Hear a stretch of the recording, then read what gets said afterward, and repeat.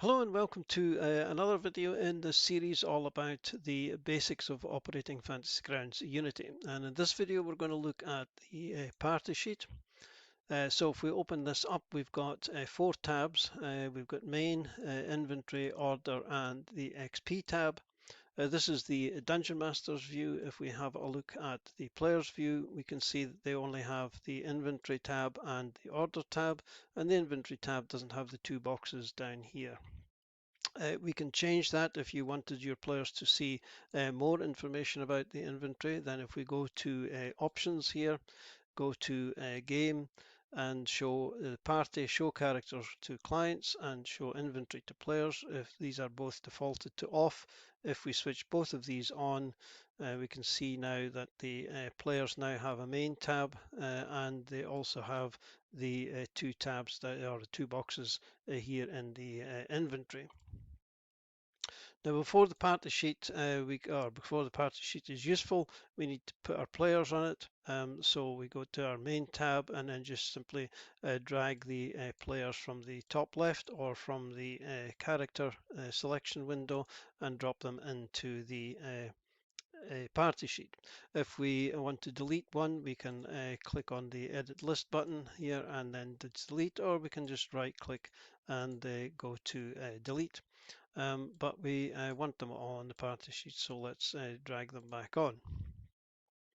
The DM view shows the player's ability scores, and it also has a box underneath here, and you can see from the little icon in the top right that these are rollable boxes. So if we wanted to make a dex check for fingers, the DM can do so just by double clicking on that little box, and you'll see that fingers has now made a dexterity check. Underneath here, we also have a bunch of boxes where we can select various abilities, skills, saving throws, or attacks. So if, for example, we wanted the party to make a group perception check, then we would just click on the drop down, select perception. We would type in our difficulty class in here and then just click on this button, and all of the perception checks have been shown to the or have been made by the players, and the Dungeon Master will see the success or failure. If we look at the player screen, we see that none of these dice rolls were actually shown in chat, and this is because of another option that we have here, which is chat show GM roles, and this defaults to off, which means that the players or the clients do not see the results of the GM's roles. If we switch that to on, we can see a little eye icon has appeared next to these things, so we can either hide or we can show the results. If we make the same roll again, this time when we look at the player's view, we can see that they actually did see the results of that roll. So if you have the show GM roles on and you don't want the players to see the results of a particular group check, then click the eye icon so that it's grayed out and then make the roll, and this time the players didn't see the results of that roll. So let's move on to the inventory tab here. We've got four sections. We've got some gold up in the top left, we've got parcel items on the right, and then we've got the party coins and the party inventory. These two boxes here are cumulative totals of all the coins held by the party, and this here shows all the items which are currently being carried by particular characters. So the DM, this is where the DM comes along and adds treasure parcels to the party sheet. So we've got some treasure parcels here which the players may have found in their travels. And all that the DM needs to do is to take the icon, the drag icon or link icon, and just drop that into the party sheet where in this section up here. And if we switch to the player's view, they can now see what's in the parcels. And now players can take things from the inventory here. So if Fingers, for example, had an eye on one of these potions of healing, they can just simply again click and hold onto that and then just drop that into their inventory. You can see that the chat shows that the potion of healing was moved from the party into Fingers' inventory. You can see it in there, and the number of potions available in the party items has decremented by 1. This works the other way as well. So for example, if Fingers decided he no longer needed a tinderbox, he can just click on the eye icon here and drop that into the party inventory. It's disappeared from his own inventory and it's now appeared in the party inventory. Okay, let's switch back to the DM view and let's add these other parcels into the party inventory, and we can close these since we no longer need them. So we've got some gold here and we've got some items, and the players can, as we've seen, remove items from here if they want to, and they can drop their own items in here. But once all of that's done, we come to sort of delivering.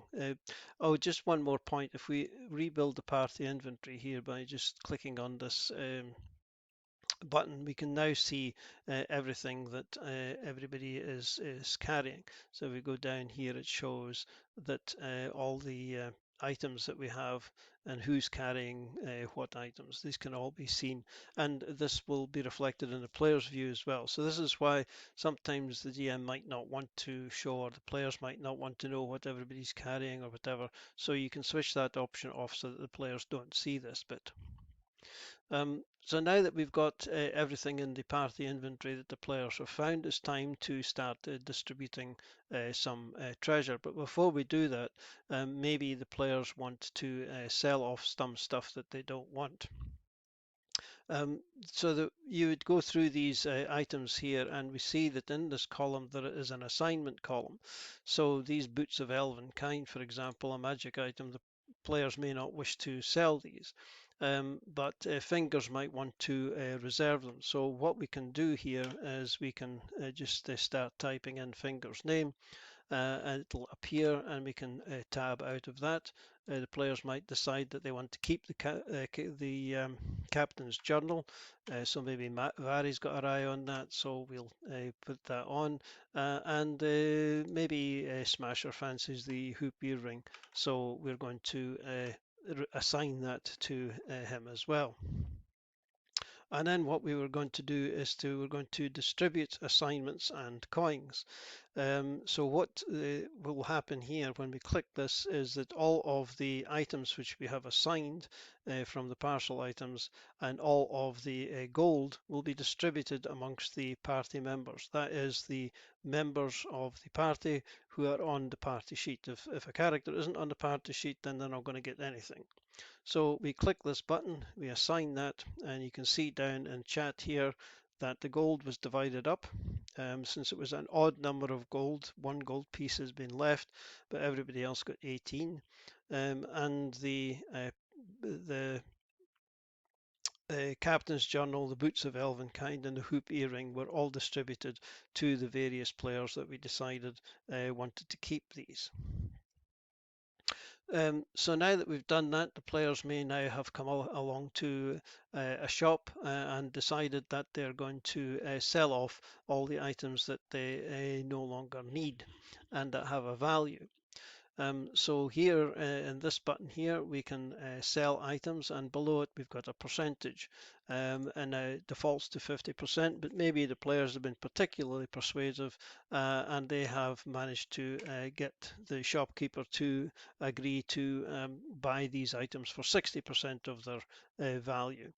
Once all of that's been sorted out, we can just click this item and it will sell everything that has a value that can be sold. Not everything will necessarily be sold. The potion of healing, for example, it won't be sold because it doesn't have a value in this case. The food scraps also don't have a value. So these are items which you can't be sold because they don't have a value. But at any rate, everything else has been, you can see in chat here that everything else was sold for the value. it tells us that it's unable to tell us because there's no cost or it's zero cost. And all the total gold has been added up and has been placed in the party coins, and we can then distribute these to the party by clicking on the distribute button, and we can now see that in here it's showing us that the party have got a total of 164 gold pieces, and it's being divided in this way, 53, 53 and 58 amongst the members of the party. So that's how we would distribute treasure, coins, etc., and how we would sell them. If we now pop over to the order tab, we can see that the watch order here is shown down the left hand side, and this is basically if the characters are spending a night somewhere by a campfire, then you can add a number in here as to what order the party are going to take a watch in. So we just whatever you want in there. So Vary in this case is going to take the first watch, Fingers the second, and Smasher will take the third watch. On this screen here, we've got the formation. So this is how the party is going to be forming themselves when they're traveling wherever they're traveling. You've got some buttons down the bottom here, 1, 2, and 3. The first one is autofill in one column, and if we click that, we can see that the party has just been placed in a single column, just like that. If we don't fancy that particular formation, we can just click on the clear button. If we wanted a two-column formation, we can do something like that. We can also rotate the formation left and right, whichever way we want it, and again we can just clear that. And the other method is to simply drag and drop the characters into the formation that you want. So maybe we'll have a Smasher in the lead here, Fingers might be on his right shoulder, and Vary might be hanging back out of the way because she's a spell caster. So maybe this is the party formation that the players want to adopt. And if we go to a map here, and we've already got them on there, let's get rid of them from here. We can then use this green icon here, and we can drag onto the map, and the players will be placed on the map in the same formation as you have sorted out here. They didn't quite come into squares, so we can replace them there. But that's how you would use this formation system to drag players into the exact formation that they have decided that they're going to be traveling in. Okay, let's look at the last tab now, which is the XP tab. This summarizes for the Dungeon Master. The players don't see this tab at all, but this summarizes for the Dungeon Master how much XP that the players have and how much XP they have to the next level. Now this is showing 0 at the moment, and this is because the players haven't gone in and put in their XP to the next level, which they can do there. And if we go back to the DM screen, we can see that we've actually got Fingers has now got 300 to the next level. This is where the Dungeon Master is going to be putting in the encounters that the players have come up against. They have maybe defeated a couple of these encounters, and once they have done so, then the Dungeon Master just simply drags and drops these encounters into this box down the left hand side here. If they had quests, then you can do the same sort of thing. This quest has no XP, but let's give it some. And again, the Dungeon Master can simply drag this into the quests item, and it shows that the XP has been it shows how much XP these quests and the encounters have. When you want to award the XP, then you can simply click the award button, and you can see when we do so, this little box here gets ticked, and each of the players got 50 XP. We obviously entered the wrong figure in, or the figure into Fingers' character sheet incorrectly.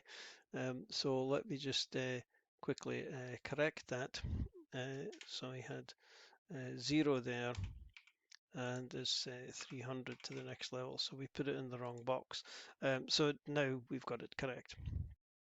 And the same for this encounter here. Once it's been completed, we can just drag that in and award it, and the players then get the XP. So the XP is simply divided in this case by 3, and each player gets an equal amount of XP for the encounter. And the same goes for quests. We can just click on the award button, and again the players will each get an appropriate amount of XP for the encounter. Or for the quest.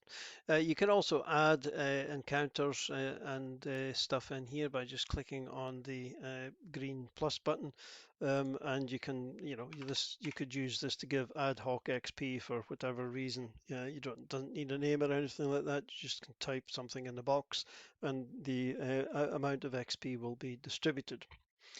If you have several encounters which are exactly the same, you can drag and drop these. It shows that these have been awarded.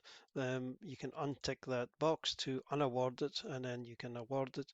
But you can do that if we untick this one and then just drag and drop it, you can get another box from here. You can also delete these. If we go to edit list, you can delete that, and then we can award this one. Okay, that's it for the party sheet. Thank you for watching, and we'll see you in the next video. Cheers for now.